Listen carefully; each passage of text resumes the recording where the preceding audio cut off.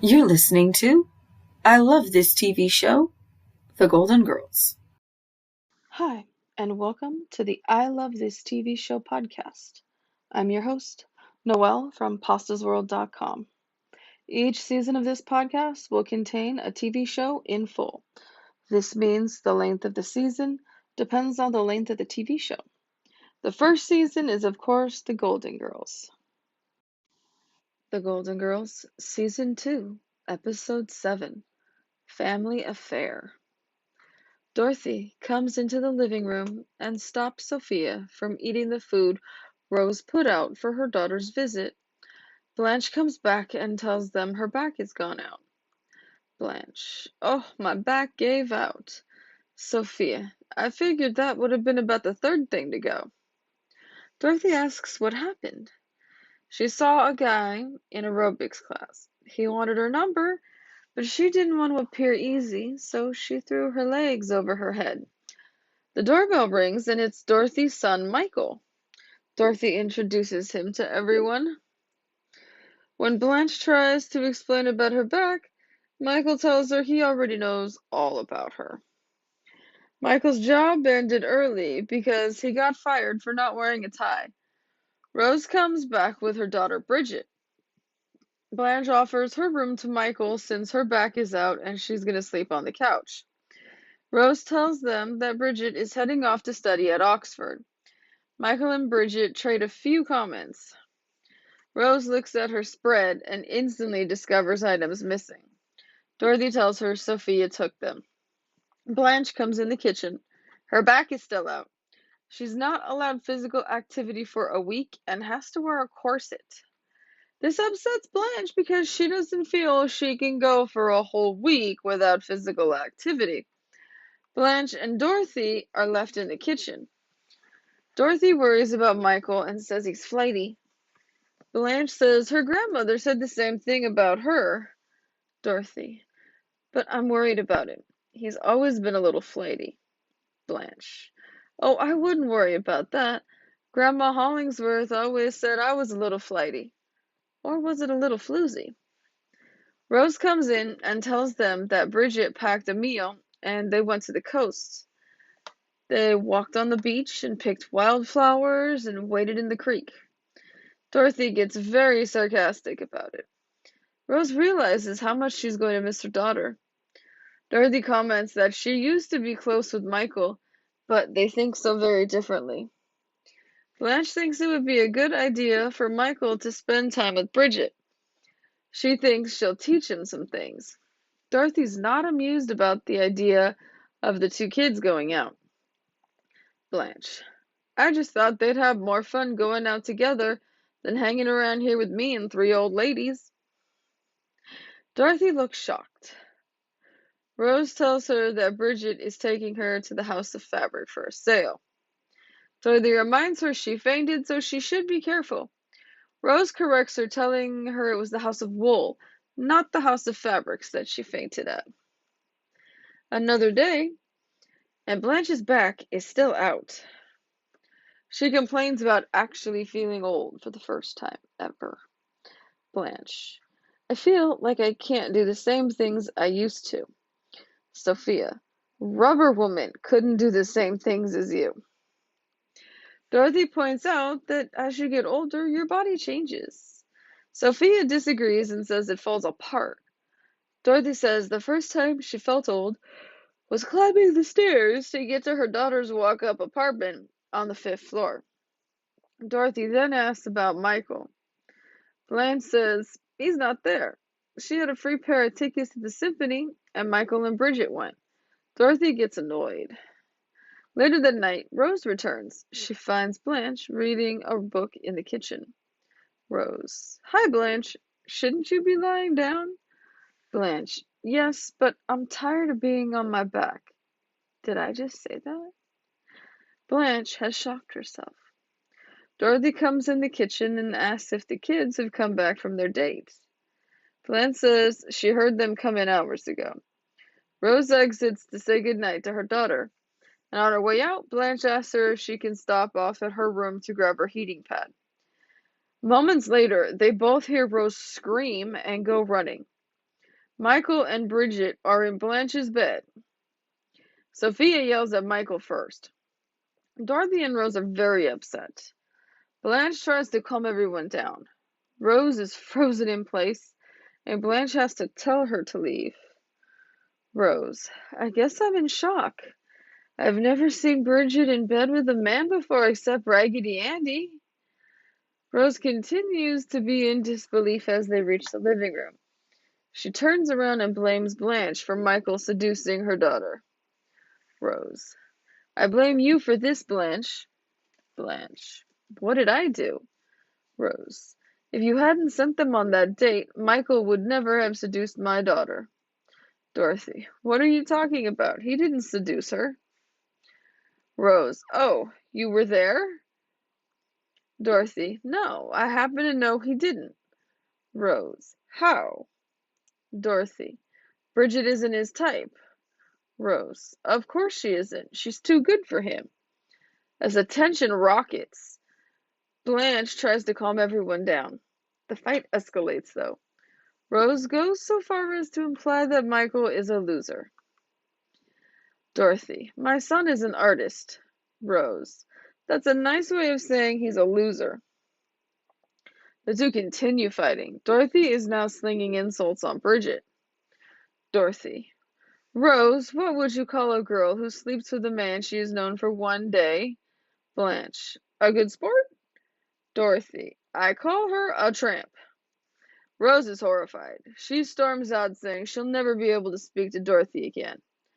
Blanche wants Dorothy to go apologize, but she refuses, saying she has feelings too. The next day, Dorothy refuses to speak to Blanche. Sophia comes in her mourning outfit.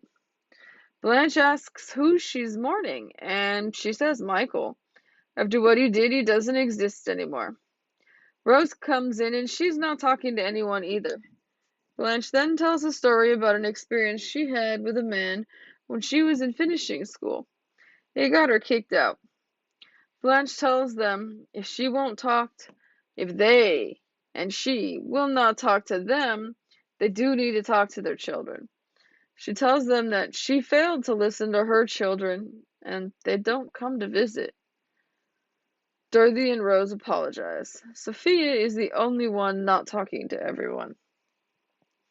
Dorothy goes out on the lanai to talk to Michael. She yells at him. She needs an explanation. He tells her it just happened. She thinks she failed. Dorothy, if I were a great mother, you would be graduating from medical school, not playing doctor with my best friend's daughter here in this house. Michael apologizes and tells her he wasn't thinking. Dorothy tells him that's the problem. He's not thinking. The conversation continues. Dorothy doesn't want him to wake up one day sorry for any of the choices he's made. The two make up. Sophia comes out and asks if they've made up. Then she tells him to beg her for forgiveness. He does, and she forgives him. She's thrilled to take the veil off. Bridget is leaving, and Rose has packed her a lunch. Bridget wants to speak to Rose about what happened. Rose thought it was her first time, but it wasn't. Bridget tells her that was 4 years ago. But she wants to talk to her about this. Rose is a bit scared. She tells her it's like she's a whole new person and she needs time to adjust. Bridget understands. Her cab arrives to take her to the airport. Michael is leaving too. He got a call about a job that doesn't require a tie, so the two share the cab. Blanche comes out of her room looking fabulous. She has a date. The girls are concerned because she's supposed to be resting her back. Dorothy, I think you should stick to the doctor's orders. Rose, I think Dorothy's right. Blanche, oh, nonsense. Who knows my body better than I do? Sophia, any man in Miami not attached to a woman or a respirator. And with that, Blanche laughs and she heads out to her date. I'll be right back after a short break.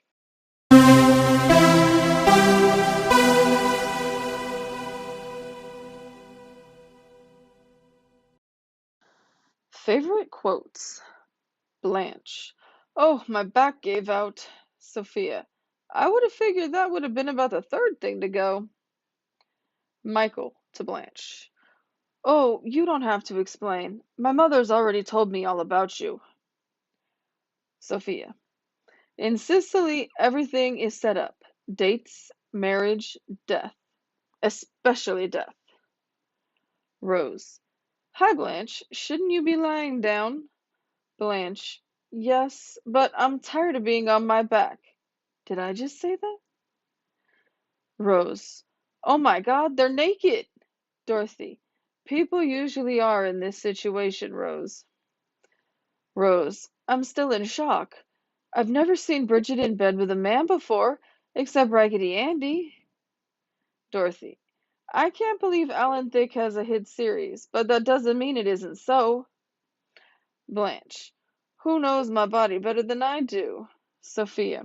Any man in Miami not attached to a woman or a respirator. Woo! What a dramatic episode. Blanche is the driving force in the majority of this episode. Still can't believe she threw her back out in aerobics class trying to not look easy. Did she honestly think that throwing her legs over her head would make her not look easy? To me, that would just make her look like a contortionist. And depending on her expression, that could construe a whole lot of different thought processes to guess. Heck to anyone. Whew! Now we do get to see Bridget, which is Rose's daughter, one of Rose's daughters. We also see her daughter Kristen in a later episode in another season. I think I like Bridget better. Bridget is heading off to Oxford. Bridget is clearly quite smart, but at the same time, they don't specify in the episode like which type of degree she's going to be going after at Oxford. I'm thinking because of Rose's age, it's probably got to be like a master's or a PhD. I think it's not really discussed. She just says she's going off to school. So that is kind of cool, although it would have been nice to know what her daughter was going to major in. Because we don't really learn anything about her except that she enjoys going back and forth with Michael in a word argument type flirtatious thing, and that she sleeps with him later in the episode. I mean, she seems nice and she seems kind, but we never really get any character development from her. Because the focus is more on what she did with Michael than who she is as a person. So that kind of upsets me. This isn't the only time we see Michael in the show, but it is the only time we actually see Bridget. So it would have been nice to learn a little more about her and what her actual like schooling was going to be and that kind of thing. It is nice though that she took the time to come and spend a few days with Rose prior to heading off to school, where she's definitely not going to see her mom again for a while. It would be nice to know how old Bridget actually is though. Because there's a lot of dodgy and weird things with the ages of the kids, like Michael's supposedly 29 or 30, but isn't Michael Dorothy's firstborn? And therefore, she was pregnant with him when she got married on the spot.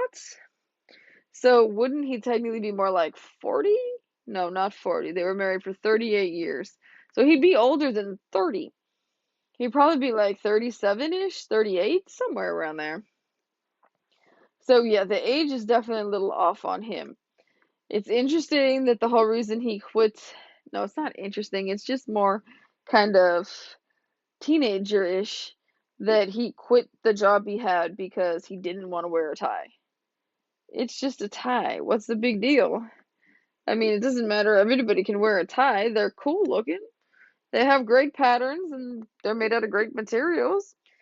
They're a talking piece. He could have always clipped the saxophone holder to it. But yeah, over a tie, he quit a job. There's a lot better reasons, I think. So I do think that Dorothy has a point about the fact that he is not very mature, very adult, very responsible, doesn't take responsibility for his actions. And that's true. I think maybe in this episode, when Dorothy calls him out for sleeping with Bridget. That's maybe the first wake-up call he's had in a while that demonstrates, maybe I should do something different. Maybe I should be a different type of person. I don't know. I mean, we see him in a similar situation in the future with an older woman instead of someone his own age, and they're getting married because he's knocked her up. So maybe he doesn't really change or grow in any way. And I know in that episode, he definitely doesn't look much older than he is in this episode. So, very interesting.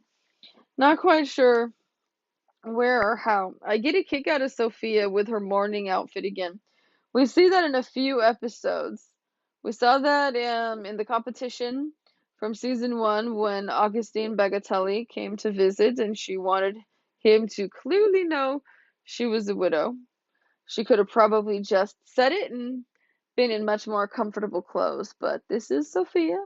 She does like to do her old world Sicilian traditions. Of course, I would also like to enjoy her old world Sicilian cooking. Ooh, the fight between Dorothy and Rose. Now, Rose doesn't usually fight in regards to herself. I mean, I've seen every episode of this show dozens of times. And really, honestly, this is one of the most upset times I have ever seen Rose. Didn't think she was actually capable of getting that angry. But Mama Bear defending her kids. The Mama Bear syndrome definitely pops up here in this case. She's very protective of her daughter. She's only known the more sweet, innocent aspect of her daughter, but clearly there's other sides. And Dorothy has no problem pointing out that she's a tramp. I think she might also use the word sluts. Not the nicest words or things to say at all. I think there could have been some more adult ways the two could have handled it. But it's the heat of the moment situation, and so you're going to react as you're going to react. It's just instinctual. And yeah, Blanche did kind of start this whole domino effect thing by giving the two the tickets to the symphony. But I think she also saw that they had a little bit of sparks, so she was just kind of curious what was going to happen. Because we all know Blanche likes to play with fire. She's got no qualms about that in any capacity. At the end, I do think it is nice that they all made up and all apologized. Of course, if they didn't, then that would have kind of probably ended the show because they'd have all moved out. But regardless, they had a stronger and better friendship for it. It sparked conversations between Dorothy and her son Michael, between Rose and her daughter Bridget, that whether for better or for worse, it did alter the relationship a little bit, but it may have also allowed them to see each other slightly differently.